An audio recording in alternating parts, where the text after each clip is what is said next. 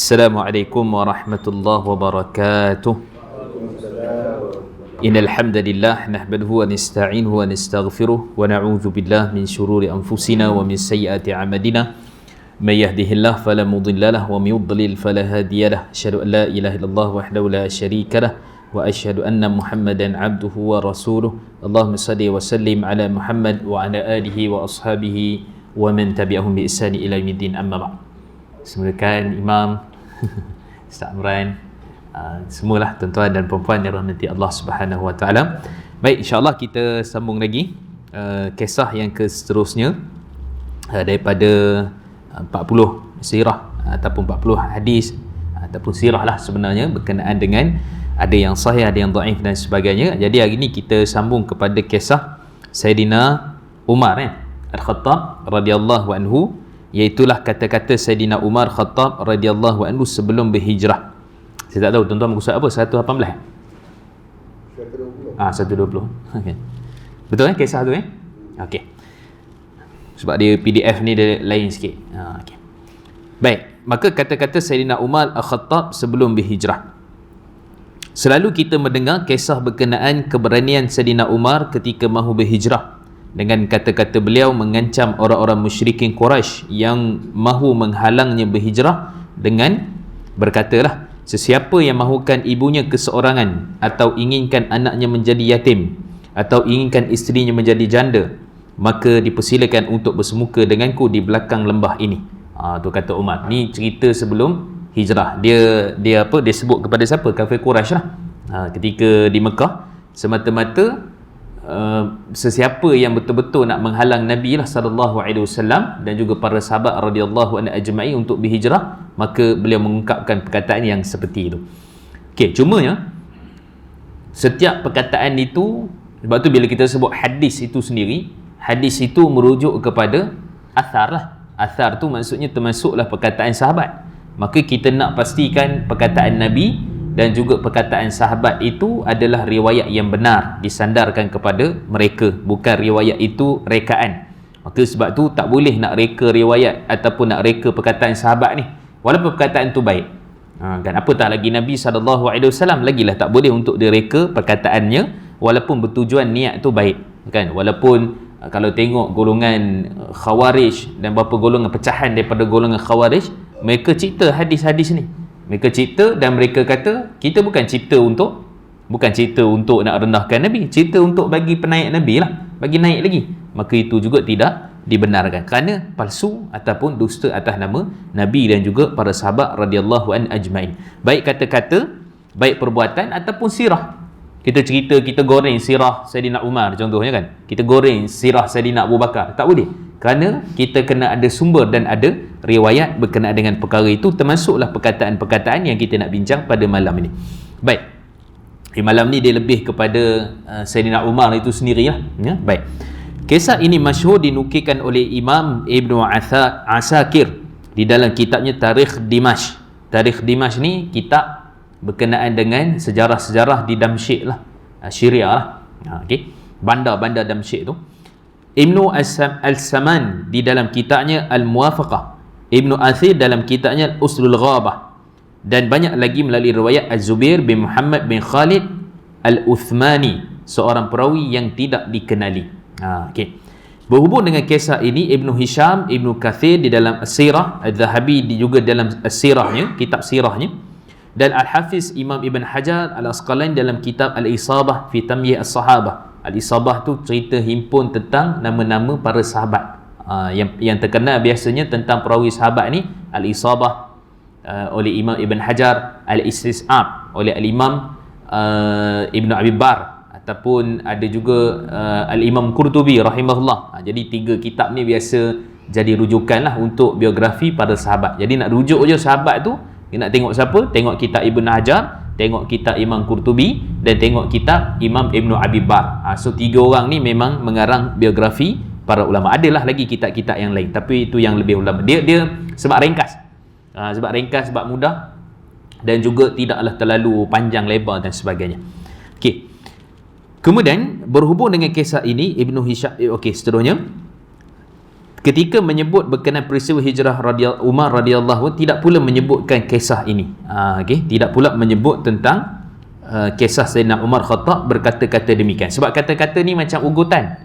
Okey, kata-kata ni macam ugutan. Kata-kata ni macam menunjukkan bahawa walaupun Sayyidina Umar tu orang yang memang bengis, memang orang yang mana pantang dicabar, tetapi ini satu ugutan yang menjadikan bahawa Islam bukan mengajar begitu.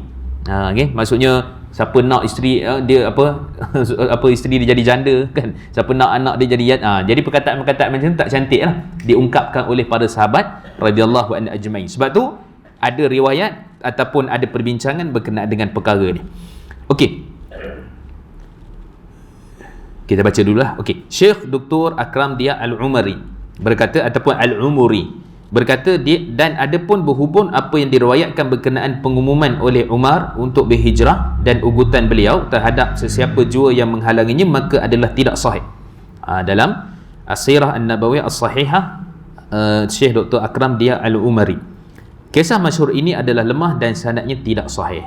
Okey, jadi secara umumnya kita kata semua kebanyakanlah para ulama hadis tidak menukilkan peristiwa ini ketika mana ungkapan Sayyidina Umar Khattab ketika mana nak berhijrah. Okey, jadi kita tengok sikitlah sebelum kita pergi kepada pendetailan itu. Kita nak tengok dulu berkenaan dengan apa yang kita sebutkan tentang Sayyidina Umar Khattab radhiyallahu anhu. Okey, kata Imam Al-Muzani. Imam Al-Muzani ni siapa? Anak murid Imam Syafi'i, antara yang terkenal di Mesir kan. Dia ada 4 orang, Al-Muzani, Al-Buwaiti, Rabi' ibn Sulaiman. Itulah antaranya. Tu antara murid Syafi'i di Mesir kan. Sebab Imam Syafi'i ni dia masuk ke Mesir 1999 dan kemudian 204 Hijrah dia meninggal. Jadi 199 masuk, 204 meninggal. 5 tahun lah dekat Mesir. Tapi walaupun 5 tahun, dia punya mazhab tu establish lah, kuat, kukuh di Mesir itu sendiri kan. Okey, jadi kata Imam Al-Muzani rahimahullah, beliau menyatakan bahawa Sayyidina Umar ni kalau ikut daripada kunyah dia Abu Hafs. Abu Hafs tu popular. Kalau dia ikut dia punya gelaran dia adalah Al-Faruq. Sebab tu Umar tak boleh sebut Umar biasa orang kata Umar Al-Khattab, sebenarnya bin. Sehingga orang ingat Al-Khattab tu gelaran, padahal Al-Khattab tu ayah dia. Ayah Sayyidina Umar maksudnya Umar bin Al-Khattab, bukan Umar Al-Khattab, dia bin. Kemudian Al-Faruq tu gelaran dia, maksudnya yang membahagikan antara hak dengan yang batil, yang membezakan antara hak dengan batil. Cuma gelaran Abu Hafs tu pelik sikit, sebab biasanya kunyah ni letak dekat nama anak kan. Macam Nabi Abu Qasim kan? Macam Sayyidina Abu Bakar Abu Abdullah ataupun Abdul Rahman, kerana anak beliau ada nama Abdul Rahman dan sebagainya. Jadi begitu juga dengan sahabat-sahabat lain. Tapi Umar Abu Hafs, sedangkan nama anak perempuan dia Hafsah.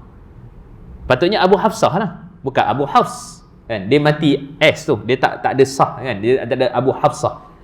Maka para ulama sirah, disebutlah Ibn Hajar, Qutubi dan sebagainya, mereka bincang antara sebabnya bukan sebab buang sah tu.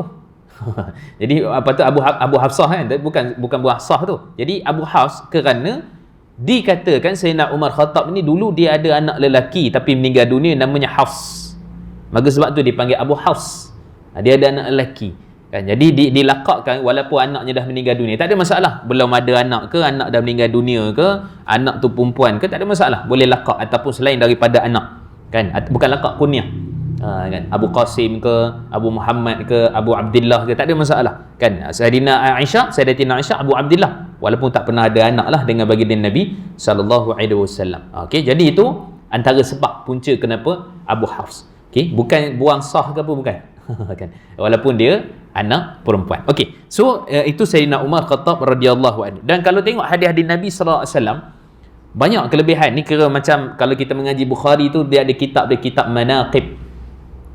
Kalau mengaji kitab Mishkat Masabih pun, dia ada hujung kitab tu, kitab yang ke-30, namanya kitab Manaqib. Manaqib ni apa? Kelebihan sahabat, kelebihan Nabi tu sendiri kan. Dia akan ceritalah, sebab benda tu juga wahyu. Kerana penetapan apa syurga, apa semua dan sebagainya pun dia mesti ada. Jadi dipanggil kitabun Manaqib kan. Sama dalam Bukhari, dalam Muslim pun semua ada kitab Manaqib. Baik, Jadi Sayyidina Umar Khattab ni, antara kelebihan beliau tu cukup banyak dalam hadis-hadis. Dia sebutlah 2-3 hadis berkenaan dengan Sayyidina Umar Khattab. Antaranya dalam riwayat Imam Al-Bukhari daripada Abu Hurairah radhiyallahu anhu, Sayyidina Umar ni Allah telah siapkan qasr, maksudnya istana. Istana tu Allah telah siapkan untuk Umar ni dekat syurga. Sebelum Umar wafat, sebelum Nabi wafat. Kan? Itu kelebihan lah Sayyidina Umar Khattab radhiyallahu anhu. Yang mana ketika itu dalam riwayat tu Sayyidina Abu Hurairah radhiyallahu anhu berkata Nabi SAW cerita pada dia, Nabi bermimpi. Kemudian mimpi tu Nabi berada di syurga. Isu flashback, isu awal dulu ke, tak ada masalah. Kerana dalam wahyu dia tidak menjadi isu dalam bab ni. Kan? Tapi kalau kita buat cerita flashback tu ada lebih cantik lah.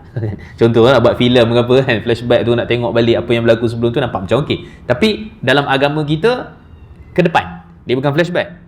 Kan? Dia ke depan lagi. Maksudnya cerita tu, benda tu kerana belum ada lagi. Tapi dah diceritakan oleh Nabi SAW. Ni banyak lah peristiwa kiamat, peristiwa nanti ada lelaki paling takhir masuk dalam syurga. Kan, peristiwa tentang dekat syurga tu nanti ada orang bercucuk tanam contohnya. Banyak. Semua hadis-hadis ke depan tu dia dikira juga sebagai wahyu kerana Allah Maha mengetahui. Okay. Jadi Nabi SAW lalu dekat satu al-qasru, maksudnya istana.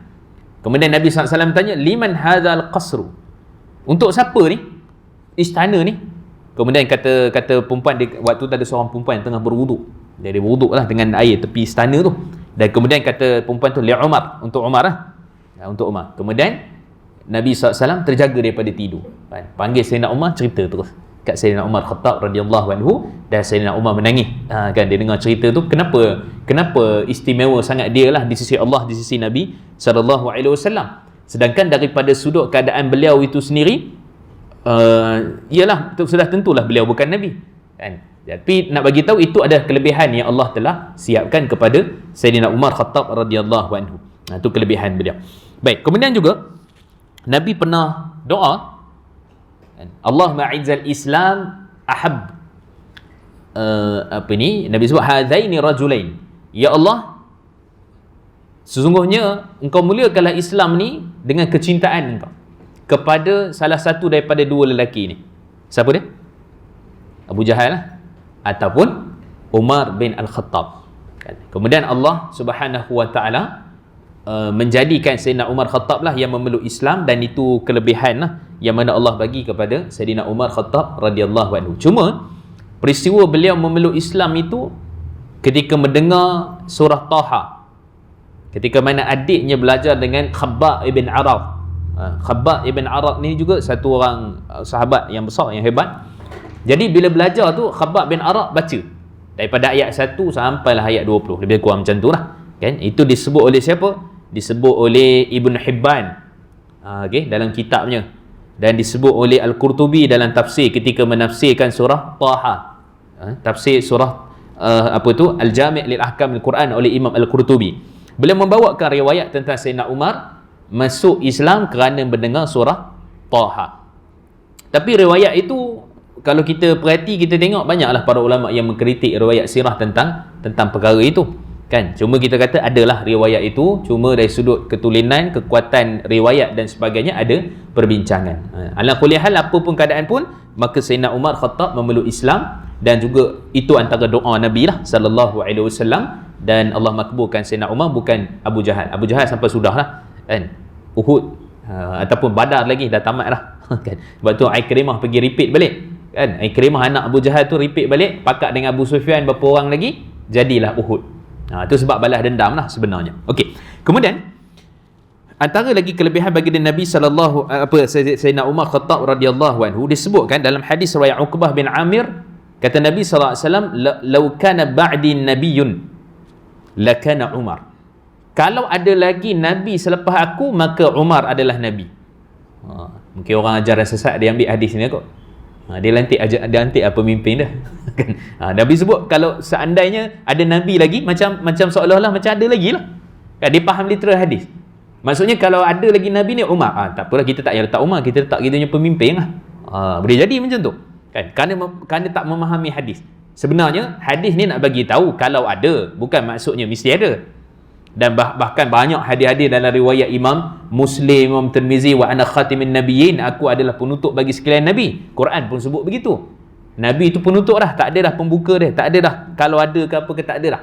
Cuma jika maksudnya kalau ada, maka Sayyidina Umar akan jadi dia punya nabi lah. Okey. Hadis ni dalam riwayat Al-Imam Tirmizi daripada Uqbah bin Amir, sahabat Nabi SAW. Cuma riwayat ini ada kritikan yang pelbagai. Kalau tengok Imam Tirmizi sendiri, dia menyatakan hadis ni hasan lah. Maksudnya boleh lah untuk dijadikan hujah.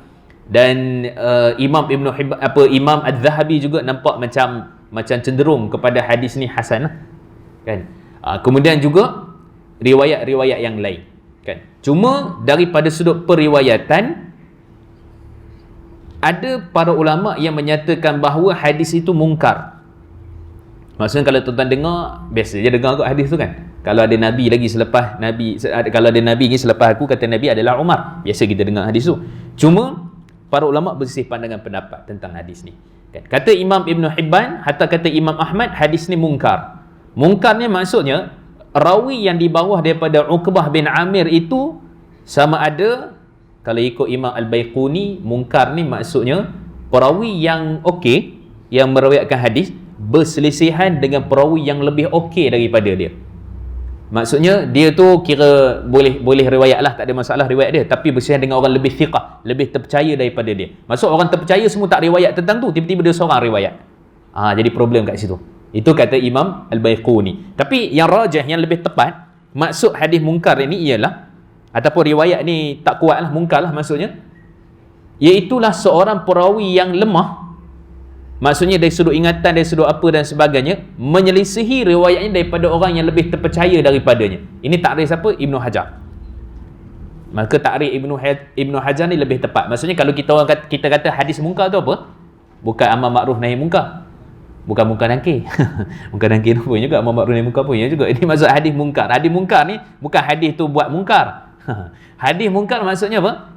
Perawi dia tu yang meriwayatkan hadis tu orang yang lemah, yang tak kuat meriwayatkan hadis, bersalahan dengan orang yang lebih terpercaya meriwayatkan hadis. Contoh kita kata hadis baca doa makan tu lah. Baca doa makan, Allah barik lana fima razaqtana wa qina azabannar. Hadis tu mungkar. Nanti ada orang kata baca doa makan pun mungkar ni. Banyak lagi maksiat lain. Bukan, hadis tu statusnya mungkar. Bukan baca doa makan tu mungkar. Kan? Sebab apa? Kerana diriwayatkan daripada perawi yang lemah, bersisihan dengan perawi yang lain. Yang perawi lain baca apa? Bismillah. Kerana dalam hadis, kalau riwayat daripada Imam Muslim dan sebagainya, samillah, baca bismillah je. Baca bismillah. Kan? Jadi kita kata itu antara asalnya, sebab dia bukan masalah baca doa tu. Masalah kita sabitkan riwayat tu sahih, Nabi baca macam tu. Itu problem dia. Kan? Bukan masalah Allah barik nak baca lah. Kerana doa ni dia lebih umum. Kan? Sunnah wal jamaah dia lebih fleksibel tentang doa ni. Siapa-siapa yang nak doa, apa-apa doa yang dia minta silakanlah. Tapi paling baik doa pada Quran dengan hadis yang sahih. Kan? Dia ada doa-doa dia yang khusus, mungkin dia nak doakan, silakanlah. Tak semestinya bahasa Arab. SPM bahasa Arab apa dia? Nak minta anak kita dulu SPM. Puas pula mengenai Asy-Syahadah Al-Alamiyah Malaysia. Allah menajihna abna'ina kan. Abna'ana kan. Ya Allah, bagikanlah kejayaan kepada anak-anak kami. Kan, nak kena hafal bahasa Arab pula. Bahasa Melayu lah, tak apa. Bahasa Melayu. Sebab doa umum. Tapi kalau betul-betul spesifik, lebih baik pada Quran dengan sunnah, dan termasuklah doa-doa yang kita sendiri nak doakan. Okey. Jadi kita kata hadis ini ataupun yang lebih kuatnya dia tidak sahih lah. Jadi para ulama berbeza pandang pendapat tentang hadis Umar ni jadi Nabi. Okey, katalah kalau hadis ni sahih, kenapa tidak Abu Bakar? Kenapa tidak Sayyidina Abu Bakar? Kerana Sayyidina Abu Bakar ni hebat dah, hijrah Nabi apa semua dah dekat dia. Pertama, kalau kita menganggap bahawa hadis ini paling-paling kurang hasan lah, seperti mana disebut oleh At-Tirmizi tadi. Pertama, dia adalah wahyu hadis. Hadis itu yang declare sendiri. Nabi sendiri yang declare melalui hadis, melalui wahyu, yang menyatakan Umar, apa kalau bukan selain pada aku, maksudnya Nabi itu adalah Umar lah selepas aku. Maksud melalui wahyu. Dia bukan, Nabi bukan lantikan daripada ijma' para sahabat Nabi itu adalah Nabi. Dah. Ijma' para sahabat Sayyidina Umar tu akan jadi Nabi selepas ni. Tak. Bukan ijma', bukan apa. Sebab dia wahyu. Yang itu melalui wahyu. Itu yang pertama. Yang kedua, dia tak boleh kita tengok tu melalui akal, fikiran ataupun apa, kita kena berhenti kepada hujah dan dalil. Maksudnya hujah dan dalil menyatakan demikian, kita tak boleh kata kenapa kita letak Abu Bakar lah kot, lebih afdal, lebih utama kan, ataupun kita letak sahabat yang lain ke, tak. Maka Nabi sebut Umar, maka berhenti pada hadis itu menyebutkan tentang Umar. Itu manaqib, kelebihan Sayyidina Umar Khattab radhiyallahu anhu ajma'in. Dan banyak lagi lah dalam riwayat Imam Muslim, dalam Bukhari, kalau Umar lalu satu tempat yang mana syaitan fajjin ghairak kan, kalau syaitan lalu tempat lain, Umar pun akan lalu Umar lalu tempat lain, syaitan lari tempat lain. Hadis itu sahih dalam riwayat Imam Muslim. Kan nak cerita hebatlah Sayyidina Umar Al-Khattab dan kelebihan yang Allah telah bagikan kepada beliau. Okey. Kemudian, so kita nak tengok juga, sebelum kita tengok kepada perkataan tu, berapa perkara yang banyak cerita tentang Sayyidina Umar Khattab ni yang tak betul. Ni pun kita kata banyak dah, sebelum-sebelum ni pun ada dah pernah kita sebut, kita sekadar ulangan ringkas lah. Yang pertama, Sayyidina Umar Khattab ini kaki minum arak zaman jahilah. Kan? Sebab kalau tengok rata-rata sahabat ni memanglah boleh kata ada yang minum arak lah. Kerana waktu itu belum ada pensyariatan tentang pengharaman arak. Belum ada surah An-Nisa ayat 43, belum ada surah Al-Maidah ayat 90, belum ada surah Baqarah 219, belum ada lagi. Jadi kita kata tuntasnya ialah surah Al-Maidah ayat 90. Kan Allah kata tentang pengharaman arak. Tapi sebelum itu, maksudnya para sahabat ada yang minum sebelum solat subuh. Kan? Ada yang minum ambil sikit, ada yang minum banyak dan sebagainya. Sebab belum ada pengharaman secara tuntas. Baik. Jadi, kenapa Sayyidina Umar saja yang kena? Ada sahabat-sahabat lain. Sedangkan Sayyidina Umar ni, 2 kali dia doa. Doa pertama, dia kata minta pada Allah supaya Allah turunkan tentang hukuman arak ni secara putus. Maksudnya turunkan hukuman tentang arak. Maka Allah pun turunkan surah An-Nisa ayat 43 tu. Wala taqrabus salah wa antum sukara. Jangan kamu hampiri salat sedangkan kamu dalam keadaan mabuk. Kan? Ataupun Allah sebut tentang wa ithmuhuma akbaru min naf'ihima. Dosanya keduanya arak dan judi lebih besar daripada kelebihan dia, manfaat dia. Kan? Kemudian barulah turun Umar doa lagi, tak berhati lagi. Sebab ada sahabat yang baca la a'budu ma ta'budu tu, dia baca terbalik. A'budu ma ta'budu. Aku sembah apa yang kau sembah. Tak ada perkataan la. Kan solat pening. Solat juga tapi keadaan pening kan. Jadi tak boleh. Maka sebab itu Sayyidina Umar doa lagi sekali, ya Allah turunkan betul-betul hukuman yang tuntas, yang putus. Maka takkanlah Sayyidina Umar seorang saja. Kan? Maka sahabat-sahabat lain, Pak Abdul Rahman bin Auf dan sebahagian sahabat yang lain pun doa pada Allah supaya Allah turunkan, sehinggalah diharamkan 100% arak ni dekat Madinah. Kan? Sehingga banjirlah Madinah tu, kata Ibn Abbas, semua sahabat bawa keluar tontong arak apa semua, tuang dekat jalanan dan tak ada arak dah di dalam rumah-rumah para sahabat radhiyallahu anhu ajma'in. Kan? Jadi nak cerita Sayyidina Umar itu bukan ditohmah kaki seorang minum arak apa semua di zaman jahilah. Kan? Yang kedua, kita pernah sebut juga Sayyidina Umar Khattab itu tidak membunuh anak perempuannya waktu zaman jahilah. Kita dah sebut dah, Az-Zahabi menyatakan bahawa Hafsah binti Umar ni lahir 5 tahun sebelum Nabi dibangkitkan jadi Nabi. Jauhlah umur tu. Nabi umur 40, maksudnya umur Nabi 35 tu Hafsah lahir radhiyallahu anha ajma'in. Kan? Kemudian umur dah 40 lebih apa semua tu baru Nabi SAW berkahwin dengan Hafsah binti Umar. Kan? Jadi Sayyidina Umar tak bunuh anak perempuan dia. Hatta tak ada rekod pun. Tak ada rekod pun Sayyidina Umar ni pernah bunuh anak perempuan dia. Jadi jangan direka-reka, bukan reka sebab cerita tu masyhur kan. Selalu sebut kan Sayyidina Umar bunuh, nak menunjukkan betapa Umar ni garang, betapa apa semua. Pengajaran tu pengajaran, tapi pengajaran pun tak betul. Kan? Sebab apa? Ada dalam riwayat Ibn Hajar Al-Haythami dalam kitab ni Majma' Zawaid. Ni kitab hadis juga. Majma' Zawaid Ibn Hajar Al-Haythami ni dia bawa riwayat bahawa Sayyidina Umar Khattab ini satu hari ada seorang lelaki ni, dia memang bunuh anak perempuan dia waktu zaman jahilah. Lelaki ni datang tanya Nabi, apa yang dia perlu buat? Dia nak bertaubat, kafarah ke ataupun apa ke, dia tanya Nabi. Waktu tu Sayyidina Umar ada kat situ. Jadi ramai orang faham Sayyidina Umar yang bunuh anak tu, bukan lelaki tu yang datang tanya. Sayyidina Umar duduk dekat situ dan dengarlah perbualan tu dengan Nabi SAW. Kemudian Nabi beritahulah sekian bertaubat apa semua dan sebagainya. Kan? Jadi kita kata riwayat itu telah pun ditukar ataupun tersilap faham. Jadi kita kata tak ada riwayat tentang Sayyidina Umar membunuh anak perempuan waktu zaman Lailah. Baik, yang ketiga, Sayyidina Umar Khattab kena letih dengan isteri dia. Ni pun famous juga. Ini langsung tak ada riwayat. Tapi ceritanya macam-macam lah orang cerita. Kan Sayyidina Umar dekat rumahnya kena letih dengan isteri dia. Lepas tu ada seorang sahabat ni, dia nak pergi jumpa, nak minta pandangan Sayyidina Umar Khattab, sebab isteri dia pun kuat beletih dekat rumah. Dia pun pergi tengok, alamak, Sayyidina Umar pun kena letih dengan isteri dia. Dia pun patah balik. Kan? Kemudian Sayyidina Umar nampak, panggil balik dia. Kenapa kamu datang nak jumpa aku? Aku tadi ingat nak minta petua ke apa kan. Macam mana isteri kuat beletih dekat rumah, tengok engkau pun kena letih teruk juga kan. Jadi sebab tu aku nak balik. Cerita tu famous. Tu kalau buat kuliah macam biasalah, sejam boleh. Untuk cerita tentang bagaimana Sayyidina Umar kena letih, lepas tu cerita, masuklah sikit sumbat ayat Quran ke hadis sahih ke apa, tapi bawa asalnya cerita Umar kena letih dengan isterinya kan. Jadi kita kata tak betul kan. Jadi kita sebut dah, syaitan pun takkanlah dengan isteri pun ni kan. Bukanlah bermaksud dengan isteri tu kena apa, kena pukul kan, bukan. Maksudnya ialah kekuatan Sayyidina Umar itu sendiri. Kita kata kekuatan dia daripada sudut dengan manusia, hatta jin ke apa benda semua dan sebagainya kan. Jadi itu Sayyidina Umar ataupun syaitan pun takut dengan Sayyidina Umar Khattab radhiyallahu an ajma'in. Baik. Itu yang ketiga. Yang keempat juga, Sayyidina Umar Khattab ini juga dituduh perampas.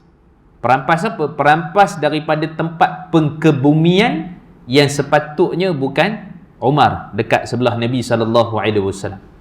Bacalah kitab-kitab Khumaini apa semua tu, dia kata berhala besar dua orang tu, Sayyidina Umar dengan Sayyidina Abu Bakar As-Siddiq kan. Kerana nak kalau mereka kata, mereka cuba kalau dapat tawan Mekah Madinah, mereka nak keluarkanlah dua orang tu, sebab dia taurut bagi mereka. Maksudnya macam seakan berhala lah, yang perlu dibuang, dicampak, digali supaya tak berhampiran dengan Nabi SAW. Patutnya Ali lah. Dia nak pergi ke situ. Ali dengan Fatimah dah dekat situ kan. Kenapa pula tiba-tiba Umar Khattab kan? Aisyah jauh sekali lah kan? Lagilah jauh, sebab dia orang pun tak suka kepada Sayyidatina Aisyah radhiyallahu anha kan. Jadi kita nak kata tomahan itu tidak betul, kerana Sayyidina Umar Khattab sendiri yang minta dengan Sayyidatina Aisyah radhiyallahu anha. Kalau ikut riwayat, banyak sirah menceritakan sehingga masyhur riwayat ni, ketika mana Sayyidina Umar Khattab dibunuh. Sayyidina Umar Khattab ni dibunuh waktu bila? Hari Rabu ketika solat subuh. Siapa yang cerita? Amr bin Maimun. Amr bin Maimun ni siapa? Yang ada solat sekali ketika mana peristiwa pembunuhan Sayyidina Umar Khattab. Siapa yang cerita? Adalah riwayat Al-Bukhari. Al-Bukhari bawa riwayat Amr bin Maimun ni, cerita macam mana. Kata beliau, ketika mana Sayyidina Umar Khattab ni, dia ada kes tak daripada Mekah Madinah lagi, dengan satu orang budak ni, namanya Abu Lu'lu'ah Fairuz. Dia budak Majusi, Abu Lu'lu'ah dipanggil. Ini menjadi kebanggaan seantero Syiah sedunia, sebab telah berjaya membunuh Umar Khattab. Dia orang memang lagi tak suka dah. Sebab tu dekat Kashan, dekat Iran tu, dia ada tulis kat situ, dekat pintu kubur tu dekat Kashan, dekat Iran, kubur Abu Lu'lu'ah Majusi tu. Jadi dia memang Parsi lah, dekat sana. Okay? Jadi kubur tu dia tulis Baba Syuja'atuddin. Dia kata bapa bagi keberanian agama, kerana telah bunuh Umar. Bahkan mereka doa, mereka selalu doa. Mereka doa supaya nanti mereka ini disatukan dengan, ataupun bertemu, ataupun duduk dekat syurga dengan Abu Lu'lu'ah Al-Majusi kerana telah membunuh Umar Al-Khattab kan. Jadi punya teruknya lah mereka ni kan. Jadi nak bagi tahu, itu satu kejayaan besar lah bagi mereka. Dalam lipatan sejarah memang mereka akan mengagung-agungkan Babas Suja'ah ni.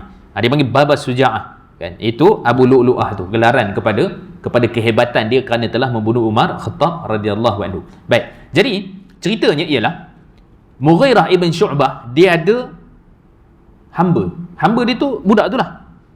Dulu hamba ni tak ada masalah walaupun dia tak Islam. Maksudnya siapa di kalangan sahabat pun ada je hamba-hamba yang tidak Islam. Hatta Nabi pun ada seorang budak Yahudi kan, tak Islam pun. Sampai akhir dekat nak meninggal dunia tu baru memeluk Islam. Sebelum tu Yahudi kan. Jadi tak ada masalah. Dan kemudian Nabi juga pernah waktu hijrah, Abdullah bin Uraikid pun tak Islam, tapi orang Yahudi Nabi upah untuk pergi tunjuk jalan, pun sama juga. Jadi tak ada masalah. Maksudnya interaksi bab muamalat lah, pengurusan, perniagaan apa semua tidak jadi isu pada zaman tu kan. Untuk bantu tolong apa semua tak ada isu. Okey. Cuma masalahnya dia ni dah lama dendam dekat Nabi dah. Ada pula orang cucuk angin, cucuk dia supaya bunuh Nabi, dia pun dendam dan macam-macam lagi lah kan dekat Nabi SAW. Dan kemudian pada waktu tu subuh, kata Amr bin Maimun dalam riwayat Bukhari tu, semua para sahabat waktu Sayyidina Umar Khattab, waktu tu riwayat menyebutkan sama ada baca surah Yusuf ataupun surah An-Nahl, panjang lah, subuh baca surah Yusuf. Sahabat punya solat kan. Kita dengan surah Yusuf, imam baca Sabbihisma rabbika a'la, panjang tu kan. Sabbihisma panjang dah maksudnya. Itu subuh kan. Panjang lah tu kan. Belum surah Al-Insan lagi. Al-Insan tu datang ujung-ujung ada rukuk ke dan sebagainya kan. Contohlah kan. Tapi nak ceritanya, kenapa Sayyidina Umar panjangkan? Kerana zaman Sayyidina Umar pun agak luas Islam dan orang pun datang subuh. Bukan semua orang datang awal macam tu kan. Di kalangan sahabat pun ada yang sikit terlewat sebab jauh dan kawasan dan sebagainya. Maka Umar panjangkan. Bila sampai rakaat pertama tu, tiba-tiba kata Amr bin Maimun, dia duduk saf kedua. Saf nombor 1, depan dia Abdullah ibn Abbas, sebelahnya Abdurrahman bin Auf. Dia cerita detail. Amr bin Maimun cerita detail depan dia siapa apa semua dan sebagainya kan. Jadi Abu Lu'lu'ah al-Majusi ni, dia dah standby malam tu dah dekat tepi bangunan tu. Malam tu maksudnya hampir menunggu ke subuh tu, dia dah standby dah. Dia ada macam kerambit, dia ada 2 mata kan? 2 mata lah. 2 mata tu kalau kena tu boleh tahan lah kan. Rupa-rupanya bila kita tengok riwayat tu, bukan dia aim Sayyidina Umar je. Rupanya boleh kata orang Islam tu sekali dia aim 13 orang kena, 7 daripadanya wafat. Maksudnya bila dia dah kena kat Nabi tu, dia buat lagi tu. Maksudnya dia lah, walaupun akhirnya dia matilah kan, tapi nak cerita, kena sendiri dia punya kerambit tu. Tapi nak ceritanya ialah keadaan tu waktu subuh, sehingga Sayyidina Umar Khattab, situ banyak sirah ataupun banyak fiqh dalam pengajian kita dapat tengok kat situ kan. Pertama daripada sudut siapa yang ganti imam, Umar tarik Abdurrahman bin Auf ganti dia.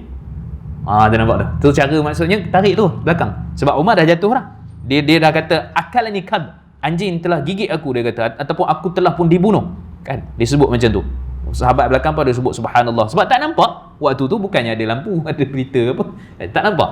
Jadi lebih kurang nampak gitulah, sama-sama macam tu kan. Baik, kemudian bila dah jatuh tu, ada sahabat yang nampak. Maksudnya menunjukkan solat bukan tutup mata. Solat tak disunnahkan tutup mata. Walaupun ada pendapat yang saya sebut, Imam Al-Ghazali ada sebahagian sebut nak datang khusyuk apa semua, tapi banyak riwayat menunjukkan solat tak tutup mata, sama ada pandang tempat sujud ataupun hadapan. Kalau pandang tempat sujud, ada riwayat Al-Hakim, Nabi solat kat Kaabah pandang tempat sujud. Kalau sebut tentang Nabi SAW pandang hadapan, ada dalam riwayat Imam Ahmad. Macam mana sahabat tahu Nabi baca surah bittirabil lihyati, dengan bergeraknya janggut Nabi, menunjukkan bahawa Nabi baca surah lepas baca rakaat. Takkan sahabat tengok duk pejam tu boleh tahu bergerak janggut Nabi? Sahabat pandang depan. Assalamualaikum kan, pandang depan. Jadi pandang depan ataupun tempat sujud, dan tak digalakkan. Dan kemudian Nabi kata uqtul aswadain, dan hendaklah kamu bunuh dua benda hitam, kala jengking dengan ular, kalau masuk kat rumah kamu lah, tengah solat ke apa, tiba lalu ke apa dan sebagainya kan. Jadi menunjukkan tak pejam mata lah. Itu sunnah dia yang lebih afdal. Banyak fiqh kita dapat daripada cerita tentang Sayyidina Umar Khattab ni kan. Kemudian imam tadi kan, jadi terus ganti lah imam tu, dan kemudian solat tetap diteruskan. Dan kemudian Abdurrahman bin Auf baca surah pendek, sebab dah dengar. Maksudnya yang ketiga, jangan bila berlaku isu terus imam batalkan solat, sebab dia bergantung kepada imam. Maksudnya itu terus ganti imam lah. Ni kadang-kadang bila ni sikit ke batalkan solat kan. Melainkan kalau imam tak ambil wuduk lah itu kena batalkan solat, kena ambil wuduk lah kan. Tapi dalam keadaan tentu, maksudnya begitu sukar untuk membatalkan solat tu, melainkan dengan bab-bab yang diizinkan oleh syarak. Hatta tu dalam keadaan kritikal tu kena ni apa, kena tikam apa semua dan sebagainya kan. Okey, jadi bila kena tikam tu lariah dia. Dan kemudian Sayyidina Umar Khattab ni, kata Amr bin Maimun dalam Bukhari, hujung cerita tu bila menyatakan, sahabat dulu tuan-tuan bukan ada jarum nak jahit ke apa, tak ada, kepakaran tu tak ada. Maka teruk jugalah usus ataupun bahagian dalam ni, perut ni kan. Maka sahabat bagi minum air nabith, air renaman kurma, bagi minum, keluar daripada perut Sayyidina Umar kan. Kemudian bagi pula minum air susu pun keluar juga. Dan beberapa hari lepas tu Sayyidina Umar Khattab wafat kan. Nak cerita bahawa bagaimana keadaan Sayyidina Umar itu sendiri. Dan itu sebenarnya dia, kalau kita tengok, sedih lah cerita tu, macam mana seorang yang sangat hebat sahabat tu sendiri boleh dibunuh tu. Tapi sebenarnya dia adalah, Nabi dah bagi tahu awal dah petanda tu. Dan juga Umar sendiri doa dia nak mati syahid. Dikira syahid tu, dikira syahid. Dan yang pertama kan Nabi sebut ketika mana Sayyidina Uthman dengan Sayyidina Umar Khattab berdiri atas Uhud, gunung Uhud kan bergegar Uhud tu. Kemudian Nabi kata apa? Diam Uhud. Di atas ini ada Nabi, di atas ni ada 2 yang mati syahid. Sayyidina Uthman pun mati syahid juga, kena bunuh juga. Dikatakan dengan geng-geng Abdullah bin Sabah lah, kan. Kemudian Sayyidina Umar sendiri yang doa pada Nabi SAW, pada Allah, supaya dia jadi syahid dekat negeri dia. Negeri yang Nabi cintai, negeri yang Nabi sayangi. Kan?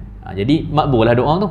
Dan dia, Sayyidina Umar bukan macam kita, kan. Dia kena tu pun dia kata alhamdulillahilladzi, segala puji bagi Allah yang mana telah membunuh, maksudnya yang telah mencederakan aku, yang akan aku ni jadi mati syahid bukan di tangan orang Islam, di tangan orang Majusi, kan. Itu doa Sayyidina Umar Al-Khattab, kan. Jadi itu kita kata ringkaslah cerita tentang Sayyidina Umar. Okey, kita kembali semula. Itu pun penting jugalah, sekadar sirah untuk kita mengetahui tentang Sayyidina Umar Khattab radhiyallahu anhu. Okey, jadi dalam kita punya perbincangan ni, waktu mula-mula nak berhijrah,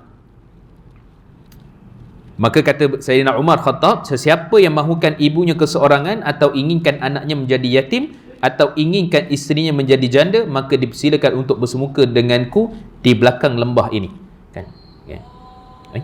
Dah azan awal dia kan, azan tu kan, sikit lagi. Okey, ambil sampai 5 minit ke berapa minit lagi. Okey, jadi kata-kata Sayyidina Umar Khattab ni tak boleh diterima daripada sudut ulama hadis.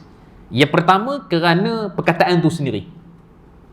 Perkataan tu sendiri yang tak manis lah diucap oleh seorang sahabat. Hatta kalau Nabi SAW, ketika mana ada satu orang ni, dia orang Yahudi lah, dia jumpa Nabi, dia kata Assalamualaikum, maut ke atas kamu wahai Muhammad. Bukan assalam, assamu, sam tu racun, maut ke atas kamu. Dia kata macam tu, kan. Kemudian datang Aisyah orang muda, dia kata Assalamualaikum, assamu wal la'nah. Laknat engkau, apa tu, kan, Sayyidina Aisyah sebut gitulah, laknat kat atas engkau, dan kemudian juga racun, maut kat atas engkau. Nabi kata, wahai Aisyah, jangan cakap macam tu, kan. Innallaha yuhibbur rifq, kan. Mahlan ya Aisyah, kata Nabi SAW, cakap elok-elok wahai Aisyah. Kemudian Aisyah cakap ke Nabi, ya Rasulullah, dia kata kat kamu, maut kat atas kamu. Aisyah jawab macam tu, kan. Kemudian kata Nabi SAW, Allah ni lembut, Allah ni sukakan membalas. Kamu jawab je, faqul wa alaikum, jawab je wa alaikum, kan. Habis tu macam mana? Yang dia doa atas kamu tu Allah tak makbulkan, yang aku doa balas balik pada dia wa alaikum, Allah makbulkan. Nak ceritanya yang dia doa tadi tu kan maut apa semua tu, kan. Jadi tak ada kesan pada Nabi SAW. Sebab tu Nabi relax je. Sayyidina Aisyah pergi bantah, sebab rupanya ada wahyu yang menyatakan bahawa bagi dia memang tak ada apa, tapi bagi aku menyambut wa'alaikum tu sudah cukup. Ke atas kamu, maksud maut juga atas kamu, maut sungguh, kan. Jadi kita kata maksudnya lembut. Perkataan yang Nabi sebut dalam riwayat Imam Tirmizi juga, kan. Al-mu'min ni siapa? Al-mu'min, orang-orang yang beriman ni, dia tak sebut fahish walau badhi, kan, tak sebut perkataan kotor, perkataan mencarut, maki apa semua, tak ada. Jadi termasuklah perkataan-perkataan kasar walaupun dia tak mencarut. Baik, jadi sebab tu ini antara sebab yang tak diterima. Yang kedua, dia pula menunjukkan bahawa daripada sudut logiknya, Sayyidina Umar Khattab ini, kita kena tahu, kadang-kadang kita sikit keliru. Yang biasa kita akan bincang ialah, betul Sayyidina Abu Bakar dengan Nabi SAW dalam riwayat Bukhari tu, Aisyah cerita pagi-pagi tengah hari semua datang rumah Nabi, datang rumah Sayyidina Abu Bakar, dan kemudian diizinkan hijrah. Tapi kita kena tahu, sebelum hijrah tu ada sahabat yang telah hijrah dulu. Sayyidina Ali, Bilal bin Rabah, berapa orang lagi ni dah hijrah dulu, kan. Termasuk juga yang awal ni, ada riwayat menyatakan Sayyidina Umar Khattab, ada yang kata tak, Sayyidina Umar Khattab ni lewat sikit, kan, setelah Nabi SAW berhijrah, kan. Jadi nak bagi tahunya, cabaran ini Nabi ataupun sebahagian sahabat lain tak ada pun endorse ataupun bagi tahu kena cakap macam ni, kena cabar mereka sampai macam ni, tak ada, kan. Itu menunjukkan bahawa riwayat ini juga tidak kuat. Jadi kita nak kata memang ada dalam riwayat, kan, memang ada dalam riwayat, cuma dari sudut kekuatan itu, macam kita sebut tadi, Al-Uthmani, maksud Az-Zubair bin Muhammad bin Khalid Al-Uthmani, seorang perawi yang tidak dikenali, dia majhul lah. Dalam ilmu hadis panggil majhul, tak dikenali. Itu maksudnya ialah kebiasaannya dia boleh jadi hadis tu lemah lah. Sebab jarang perawi itu tak dikenali. Kalau dia tu hebat, kalau dia tu apa, terpercaya pun semua, mesti dia dikenali, kan. Macam kita sebut Al-Makki bin Ibrahim, dikenali lah. Abdullah bin Mubarak, kan, ataupun yang lain-lain. Jadi semua mereka ni dikenali dan diketahui guru mereka, anak murid mereka, apa semua. Bila tiba-tiba datang satu orang ni, siapa dia ni? Ulama hadis tak pernah sebut pasal dia ni. Kena carilah, cari guru dia, cari murid dia, cari siapa dan sebagainya. Dia pernah jumpa siapa? Tu kerja yang sangat rumit lah. Sebab tu kerja hadis ni rumit. Tak ada, bukan semua orang boleh buat. Sebab tu kadang-kadang tu kalau tanya hadis ni sahih ke tak, lambat tu cerita dia tu. Sebab tu kadang-kadang nak cepat, cari je apa semua, okey jumpa tengok apa ulama kata apa, bagi terus. Tu nak cepat punya cerita lah. Kalau nak lambat punya cerita, nak kena takhrir satu-satu apa semua, itu melambat kan. Sebab tu saya dah cerita belum tak? Tuan-tuan boleh tengok masabih.org tu kan. Kita buat dengan Fadil Ustaz Dr. Zahrudin. Sekarang ni pun dah 1000 lebih lah kita masukkan hadis tu. Tiap hari masukkan. Lepas tu ada status hadis, ada syarah hadis. Bahasa Melayu ada, bahasa Inggeris ada, boleh tengok, boleh klik apa benda semua. Tuan-tuan boleh sebarkan. Percuma je kan. Kita plan je nak Sahih Bukhari tu, Sunan Sitah tu semua nak masuk sekali dalam tu. Tapi tak tahulah itu bila-bila punya angan-angan kan. Tapi ceritanya sekurang-kurang Mishkat Masabih ada 6,000 hadis tu, kita cuba habiskan. Cuma masalah Mishkat Masabih ni, penulisan itu sendiri, dia ambil riwayat Razin. Riwayat Razin ni banyak masalah, ada yang palsu, ada apa semualah kan. Jadi dia makan masa sikit lah untuk nak masuk tu. Jadi kita minta beberapa orang satizah kita, antaranya juga kita minta Maulana Dr. Nasai. Sambil-sambil dia buat belajar lagi tu, kita minta tolong dia, suruh syarah, suruh tengok, cek hadis apa semualah. Kan ada beberapa orang lagi lah satizah yang bantu. Kita bukan buat sendiri-sendiri. Saya pun tak kerti tu kan. Sakat pergi masuk copy paste tu boleh lah. Tapi nak cek hadis, nak tengok syarah apa semua tu, tu kita kena suruh kepada pakarnya, insya-Allah. Okey. Kemudian siapa yang tak bawa riwayat ni? Antaranya Ibnu Hisham, Ibnu Kathir, Al-Zahabi, Al-Hafiz Imam Ibn Hajar dan sebagainya tak menyebutkan tentang riwayat benda ni ada, perkataan ni ada. Sayyidina Umar Khattab menyebut tentang perkara ni. Apakah lagi Syekh Dr. Akram Dia Al-Umari. Ni bagus tuan-tuan. Selain Rahim Makhtum ni, kitab ni dah ada PDF bahasa Melayu, bahasa Indonesia. Cari Sahih Sirah Nabawiyah Dr. Akram Dia Al-Umari. Tapi tuan-tuan baca tu sakit kepala sikit. Sebab dia akan bawa pelbagai riwayat, lepas tu footnote dia tu panjang. Last sekali rupanya dia cerita, tak sahih rupanya kan. Jadi kena baca footnote. Jangan setiap yang ada dalam kitab tu semua sahih. Tu kena penat sikitlah nak baca kitab Syekh Dr. Akram Dia Al-Umari. Yang Rahim Makhtum tu dia bawa terus je. Dia bawa terus kan, riwayat ada sikit-sikit nota kaki tu. Dia macam simple, lebih kepada orang awam lah. Kalau tuan-tuan nak tengok deep lagi, nak lebih dalam sikit lagi, baca Dr. Akram Dia Al-Umari, macam mana dia takhrij hadis tu. Contoh cerita tentang Sayyidina Nabi SAW ni belah dada berapa kali? Sebahagian riwayat sebut 3 kali kan? Sebelum Isra Mi'raj, sebelum kenabian di perkampungan Bani Sa'id.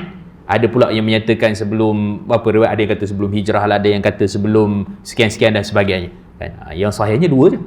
Contohnya gitulah. Kemudian juga berapa bulan Nabi SAW ni jadi anak yatim piatu, kemudian barulah wafat ibu Nabi SAW. Ada riwayat sebut 6 tahun, ada riwayat sebut 5 tahun, ada riwayat sebut 4 tahun. Jadi Syekh Dr. Akram Dia Al-Umari dia takhrij. Dia bawa riwayat, bawa apa semua, berapa. Kan? Ada pula yang kata Abdul Muttalib ni bila mana Nabi lahir, dia nak sambut. Maksudnya kelahiran Nabi SAW tu dia buat makan-makan, kenduri apa benda semua. Tengok riwayat tu sahih ke tak dan sebagainya. Apatah lagi petanda-petanda tiang Kisra, api Majusi terpadam apa semua. Lagi banyak benda kena tengok lah. Kan? Jadi itu antara perkara yang bagus. Dr. Akram Dia Al-Umari punya style. Cuma saya sebut tadi sakit kepala sikit lah nak baca tu. Nak baca tu biar habis satu muka surat. Jangan baca dia punya yang cerita tu, baca footnote sekali. Ada tu, tuan-tuan boleh download apa semua. Saya tengok boleh digunakan.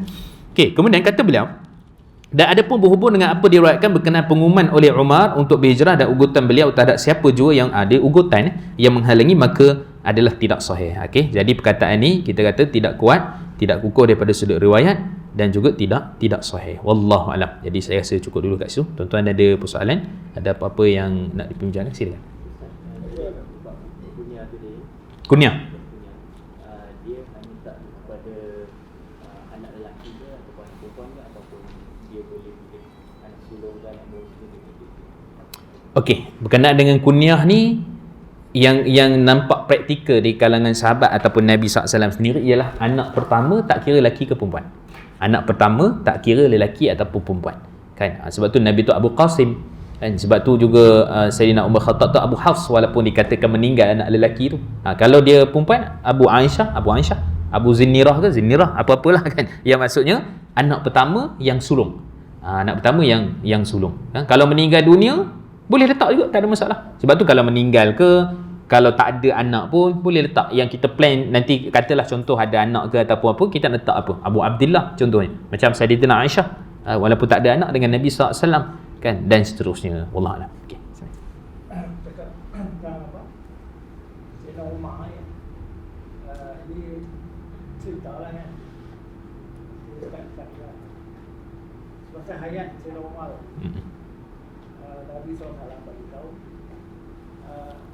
keadaan Sayyidina Umar dalam kubur. Itu nanti lagi. Malaikat datang tanya Sayyidina Umar, siapa Tuhan kamu?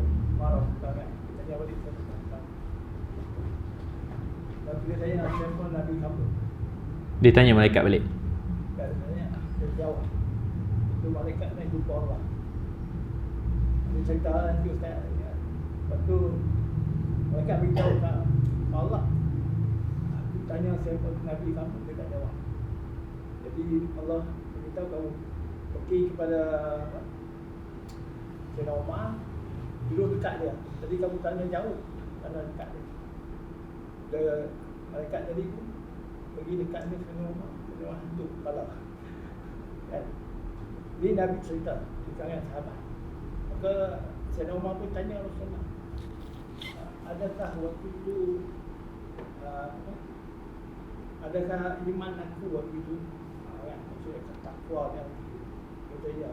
Jadi cerita ni macam dah pernah dengar lah, ataupun cakap.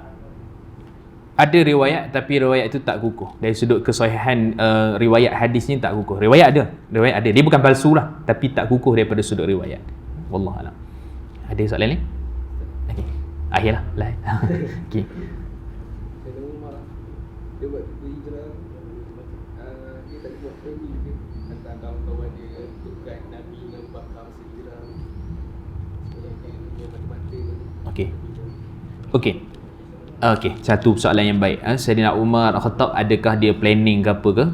Ada apa-apa? Yalah, dia persumbangan dia lah sebelum berhijrah tu. Kalau ikutkan sebenarnya peristiwa hijrah ni, peranan paling besar Sayyidina Abu Bakar.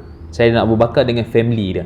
Bukan bermaksud Nabi SAW mengecualikan sebahagian sahabat apa semua, tak. Semua main peranan dalam hijrah. Cumanya yang main peranan strategi untuk atur siapa bagi makan, siapa bagi minum, jalan ikut mana dan sebagainya, yang itu kebanyakan keluarga daripada Sayyidina Abu Bakar As-Siddiq. Tapi bukanlah bermakna Sayyidina Umar Al-Khattab tak ada kelebihan dalam hijrah. Dia ada kelebihan dalam hijrah dan dia ada kelebihan-kelebihan yang lain. Jadi nak bagi tahunya secara umumnya, kita kata pada sahabat semua masing-masing ada kelebihan di tempat masing-masing. Khalid Al-Walid ada kelebihan di tempat masing-masing. Kemudian juga contoh siapa? Urwah Al-Bariqi. Pernah dengar? Jangan dengar Urwah Al-Bariqi. Urwah ni banyak. Urwah Ibn Mas'ud. Tu di kalangan penduduk Taif yang awal-awal beriman, generasi kedua. Okey. Kemudian Urwah Ibn Zubair, anak Zubair bin Awam.